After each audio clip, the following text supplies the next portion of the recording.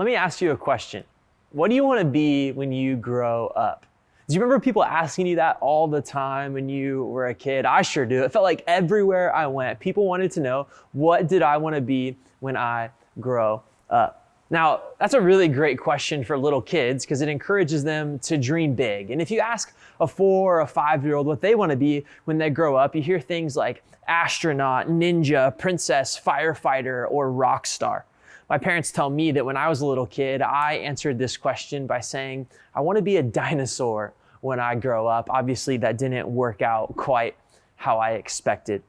Now, as we get older, I think this question shifts from what do you want to be when you grow up to who do you want to be like? As we get older, we start to idolize people. We put up posters of LeBron James or Steph Curry on our wall. We spend hundreds of dollars to see Taylor Swift in concert, or we spend hours and hours watching Mr. Beast content on YouTube. I think the question, who do you want to be like, is a way better question than what do you want to be when you grow up. But for some of us, we didn't grow up idolizing professional athletes or celebrities. Some of us grew up idolizing people we actually knew, a teacher or a coach, an aunt or an uncle, maybe your mom or dad, or even a grandparent. For me, the question, who do you want to be like? The answer has always been like my grandpa.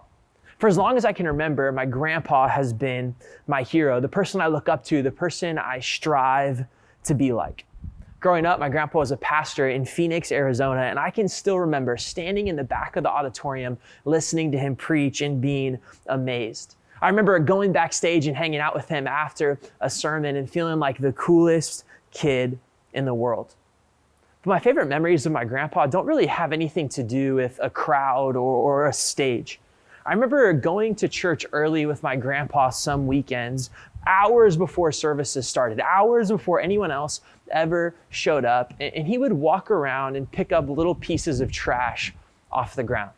Now you got to realize the church my grandpa worked at was huge. This campus was large. And so we'd walk around for hour after hour picking up pieces of trash. And we talk about all kinds of things. We talk about life, leadership. We talk about following Jesus. And he would always remind me that a leader can't forget to do the small things that nobody else wants to do, the small jobs that nobody else cares about.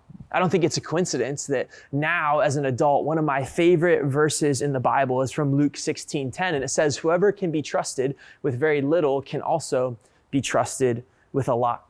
When people ask me, who do you want to be like? Who's your hero? I always say, my grandpa. What do you say? Who do you want to be like? Who's your hero? Who do you look up to? The people we look up to, the people we strive to be like, have a huge impact on the person we become. The last 2 weeks, we've been in a series talking about the people in your corner, and we've used this picture of a boxer in a boxing match sitting down in the corner in the middle of a fight to get advice from his coaches as a picture of life. And we said that the people in your corner determine the direction of your future. And this week, we're going to talk about mentors, because I believe the people who mentor us, the people who coach us through life, can have a giant impact on the direction of our future.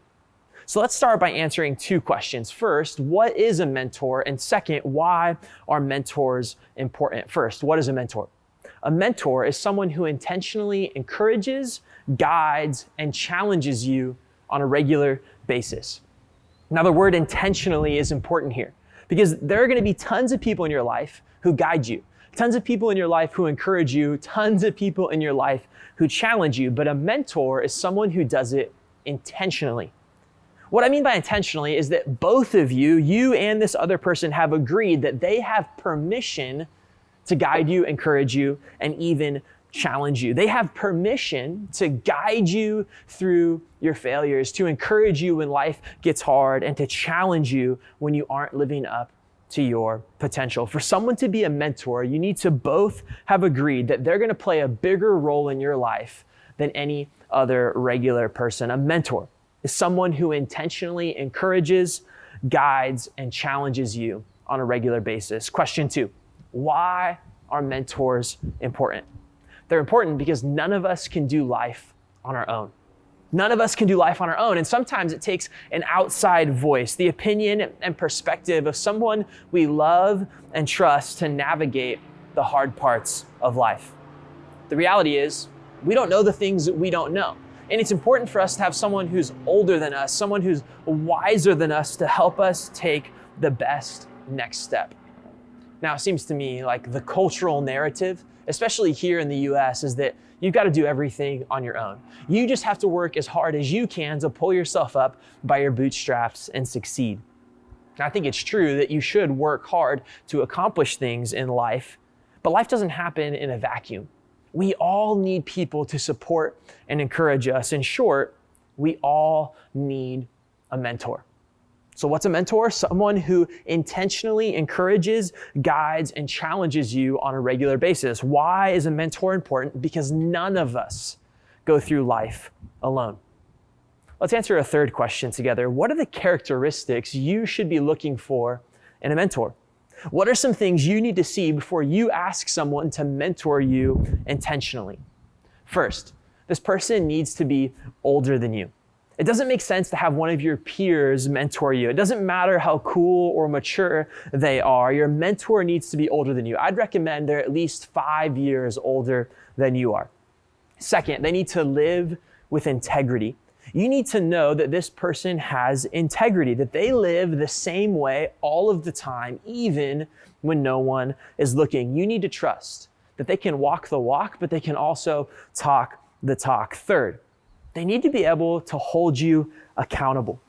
Your mentor needs to be someone who can have hard conversations that hold you accountable when you aren't living the way you should. Fourth, they need to inspire you. Now, this is key. Your mentor needs to inspire you. They need to be the kind of person you want to be like. They need to be the kind of person who inspires you to fulfill your potential, to live better, to take your next step. Now, fifth, and most importantly, they need to point you toward Jesus. When you're looking for a mentor, you need to make sure they're the kind of person that points you towards Jesus.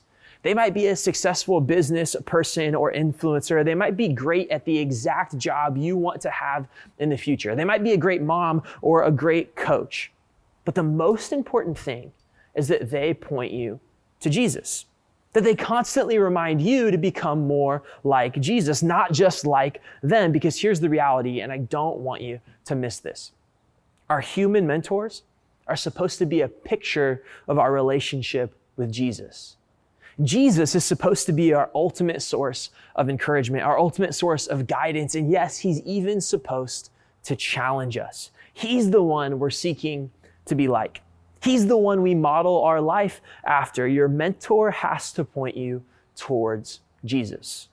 Remember, the people in your corner, they determine the direction of your future. So choose to have a mentor who's older than you, lives with integrity, holds you accountable, inspires you, and most importantly, points you to Jesus. Now, here's where I need you to lean in and focus just for a second. We all need a mentor in our lives, and we all need to be a mentor for someone else. We all have the opportunity to make an impact on the direction of someone else's future by mentoring them. But we have to ask ourselves, do we have the characteristics of a mentor? Do we live with integrity? Can we help hold people accountable? Do we live a life that's inspiring to others? Most importantly, do you point other people to Jesus? And if we can't answer yes to those questions, then we need to ask ourselves, are we worth following? We all need to be mentored, and we all need to be a mentor for someone else. So my challenge for you today has two parts. First, find a mentor who meets these requirements. And second, become the kind of person who can be a mentor for someone else. If you're watching this in person, we're getting ready to break into small groups. And our hope as a student ministry at all 3 of our campuses is that your small group leader could be a mentor in your life. They're going to talk more with you about what that looks like on a week-to-week, a practical basis. But our hope is that you can connect with your small group leader in a meaningful way. For now, I'm going to turn it back over to Nick and Spencer. I hope you guys have a great discussion, and I'll see you again next week.